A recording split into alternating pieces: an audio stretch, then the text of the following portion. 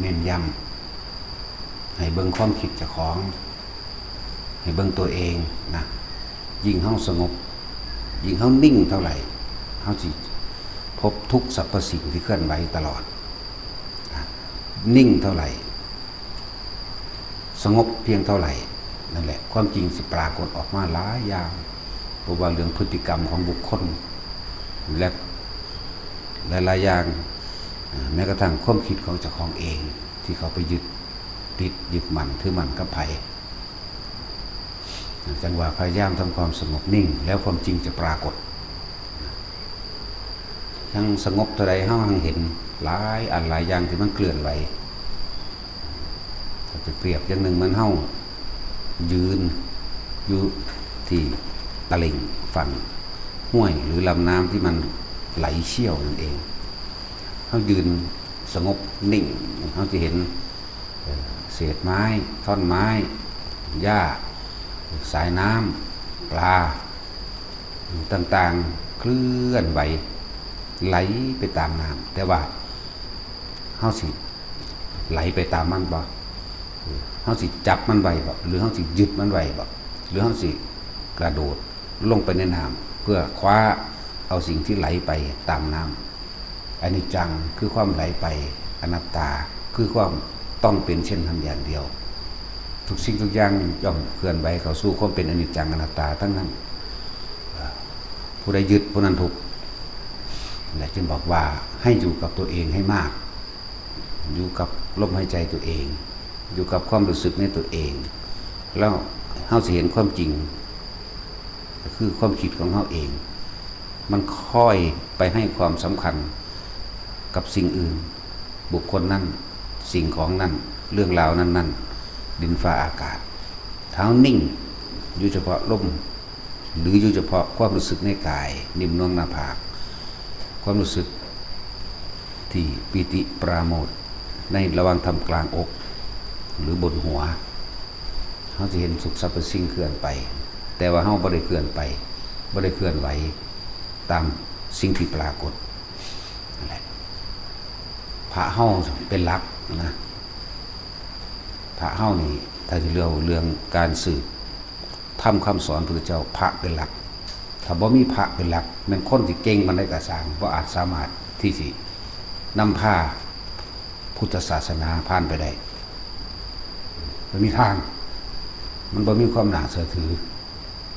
แต่ว่าพระเฮาทำตัวเป็นตัวอย่างเด้นิ่งสงบ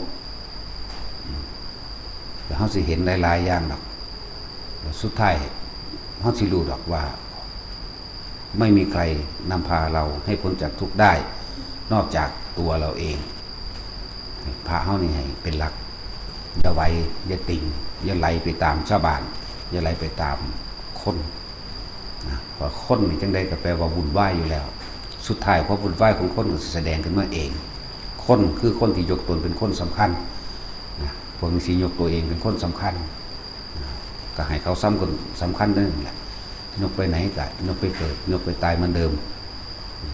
จังว่าเฮาเน้นย้ำมูพระเฮาเด้อพระเฮาพยายามทรงชาติเจริญชาติอยู่ในตัวเองอยู่กับลมไผสิเคารพนับถือบ่เคารพนับถือก็ตามนั่นบ่ได้แม่นจุดหมายของเฮาคือทิ้งความคิดทิ้งความเห็นทิ้งความรู้สึกต่างๆในความ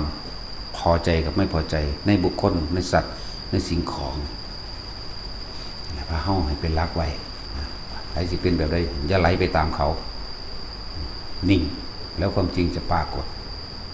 พระเฮาอยู่นี่เน้นย้ำพระจึงได้กระสร้างในพุทธศาสนานี่ถ้าบ่มีพระผู้สืบทอดศาสนาเป็นไปบ่ได้นะที่มันสิเจริญได้เฮาเบิ่งตัวอย่างโดดจับหลักให้มันพระพุทธเจ้าเพียงลำพังพระองค์เองผู้เดียวเท่านั้นสามารถนำพาพุทธศาสนาเจริญรุ่งเรืองขึ้นมาได้นำพาหมู่สรรพสัตว์จนเท่าปัจจุบันณขณะนี้บ่แม่นคนนำพาคนบ่ได้นำพาคนมีแต่วุ่นวายคนมีแต่อยากได้ดังใจคนเห็นแก่ตัวแต่ว่าพระเฮาฆ่าตัวเองเพื่อผู้อื่นใจบ่ล่ะฆ่าความเห็นแก่ตัวนั่นแหละความคิดเห็นอันใด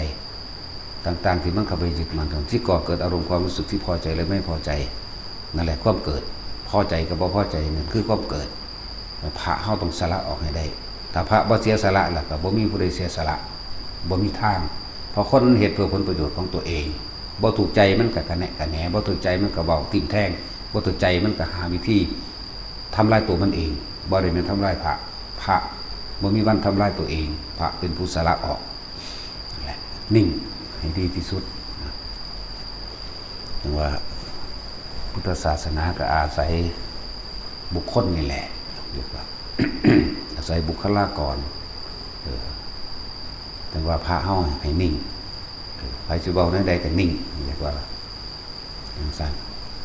พระจังได๋ก็เป็นหลักอยู่แล้วถ้าบ่มีพระก็บ่มีอีหยังเกิดขึ้นได้ในอุบาสกอุบาสิกาสิบ่มีคำวางสิเลยจังว่าพระเฮาให้มั่นคงภายในที่เฮาศึกษาเราเรียนมานี่สิเป็นเครื่องรักษาความประพฤติของพวกเฮาเองในการอยู่ร่วมกันพระสิมีร้อยพันหมื่นแสนล้านเหมือนบ่มีความวุ่นวายจักว่าล่ะบ่มีความกังวลต่อกันเกิดหยังขึ้นระลึกถึงภายในพอภายในเป็นเครื่องประสานสมานมิตร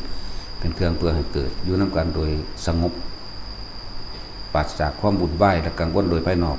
สงบปราศจากความวุ่นวายกังวลโดยภายในคือความคิดปรุงแต่งในความเห็นแก่ตัวส่วนคนพุทธขึ้นในความเห็นแก่ตัวมากเรียกว่าพระเฮาเป็นหลักยืนยันเอาไว้เฮาบ่ได้อยู่แค่นี้นะเฮายังมีอีกที่จะพุ่งไปข้างหน้าสั่นแหละแต่ว่าขอให้พระเป็นหลักไว้แต่พระบ่เสียสละแล้วจักไผแล้วสิเสียคนมันสิเอาหยังมาเสียแค่เฮ็ดกับผลประโยชน์ของตนเองเท่านั้นนั่นแหละจังว่านิ่งเอาไว้สั่นให้เป็นหลักให้มันเป็นผู้นำผ้าให้มันเป็นถือคำว่าพึ่งผ้าหรือนำผ้าก็คือนำตัวเองให้เห็นตามความจริงแล้วพึ่งผ้าก็หมายถึงผู้อื่นพึ่งได้โดยที่เฮาบ่หวังผลประโยชน์ใดๆจากไผใดๆทั้งสิ้นนั่นแหละพระเฮาจึงเป็นหลักแต่บ่มีพระก็สืบศาสนาบ่ได้พระพุทธเจ้าเป็นผู้บวชก่อนหมู่พุทธเจ้าเป็นผู้ใส่ผ้ากาสายะก่อนหมู่พุทธเจ้าเป็นผู้นำความจริงออกมาแสดงพวกเข้าเป็นผู้เห็นตามรู้ตามแต่จังมีคารวะทั้งหลายติดตามเองแล้วคิดเบิ่งว่าคนดีเพียงคนเดียวคือพระพุทธเจ้าเป็นเอกะเป็นหนึ่งบ่มีสองเอกะนำกิ่งนำความจริงออกมาแสดงออกมาได้ที่พระองค์แสดงแล้วก็บ่มีผลประโยชน์รายได้หยังกับพระองค์เองผลประโยชน์รายได้ผลประโยชน์ต่างๆในการสละความยึดมั่นถือมั่นออกเป็นของคนผู้ที่กระทำตามหรือไม่กระทำตามขึ้นอยู่กับบุคคลผู้กระทำตามถ้าสละความเห็นแก่ตัวออกได้บุคคลผู้ไม่กระทำตามบ่ได้มีผลอย่างควรหรือกระทำตามก็ยังไม่มีผลอะไรกับเราจากว่ากระทำตามก็มีผลกับเพิ่นไม่กระทำตามก็ไม่มีผลกับเพิ่นนั่นแหละอคาตาโรตถาคโตเราตถาคตก็เป็นแต่เพียงผู้บอกทางเฮาก็นำคำสอนของเพิ่นนึงเองเด้มาบอกต่อนั่นแหละไปสิทำตามหรือบ่ทำตามบ่มีผลหยังกับเฮานั่นแหละเจ้าบรรลุอรหันต์ไปก็บ่มีผลหยังกับเฮาหรือเจ้าลงนรกไปก็บ่มีผลหยังกับเฮาทุกสิ่งทุกอย่างอยู่ที่ตัวเองกำหนดรักษาความคิดของรักษาให้อยู่ในกายอยู่ในลมหายใจให้อยู่ในอุณาโลมให้อยู่ในความรู้สึกบนหัวให้รู้ความรู้สึกท่ามกลางรู้ปุ๊บในวางกลางอกก็ให้รู้ตรงนั้นผู้ใดมันตึ๊บขึ้นมาบนกลางอกก็อยู่กับกลางอกไผมันขึ้นบนกลางหัวก็อยู่กลางหัวไผมันขึ้นอยู่กลางหน้าผากก็อยู่กลางหน้าผากผู้ใดมันอยู่ชินกับลมแล้วก็อยู่กับลมนั่นแหละความนิ่งนั่นแหละที่เฮ็ดให้เฮาเห็นความจริงหลายอันหลายอย่างนะแต่ว่าหลายอย่างบ่ต้องไหลไปน้ำมันปล่อยมันไหลไปตามมันโลกย่อมเป็นเช่นนั้นเวียนว่ายตายเกิดตามความเห็นแก่ตัวส่วนผู้ที่อยู่เหนือโลกทะลุออกได้เลยเรียกว่าเฮาท่วนกระแสจะไหลตามกระแสสั่นแหละว่าพระเฮาเป็นผู้นำทางจิตวิญญาณแต่ว่านำจิตวิญญาณตัวเองพ้นออกเสียก่อนจากความยึดมั่นถือมั่นในความเห็นแก่ตัวคนแปลว่าวุ่นคนแปลว่าเรื่องมากคนคณะแปลว่าสองขึ้นไปถ้ามีสองขึ้นไปแล้วมีเรื่องแน่นอนคณะแปลว่าสองคือคนแปลว่าวุ่นบ่ล่ะนั่นแหละถ้าหนึ่งบ่วุ่นเด้แหละ จังว่าพระต้องเป็นหลักให้ได้นะผู้ที่สืบมันต้องเสียสละอย่างยิ่งสำหรับพระเฮาเด้เสียสละความคิดสละความเห็นแก่ตัวจนว่าบ่มีตัวสุญญะสุญญตาสุญญะมาจากคำว่าสัญญาสุญญตามาจากคำว่าอัตตาตัวตนอัตตาตัวตนคือคนที่เห็นแก่ตัวแต่เมื่อเรารู้ความจริงว่าสิ่งทั้งหลายทั้งปวงบุคคลก็ไปยึดมั่นถือมันแม้กระทั่งตัวเองร่างกายตัวเองก็ไม่อาจสามารถจีรังยั่งยืนได้เห็นความเป็นสุญญตาในตนเองขาดจากความยึดมั่นถือมันในความเห็นแก่ตัวนั่นเองนั่นแหละเมื่อสุญญตาก็เข้าสู่สุญญตาวิโมกข์อยู่กับความว่างไม่ได้แปลว่าไม่มีทุกสิ่งทุกอย่างแต่ไม่ได้เข้าไปถือเอาในสักสิ่งสักอย่างในความว่างนั้นนั่นแหละเป็นว่า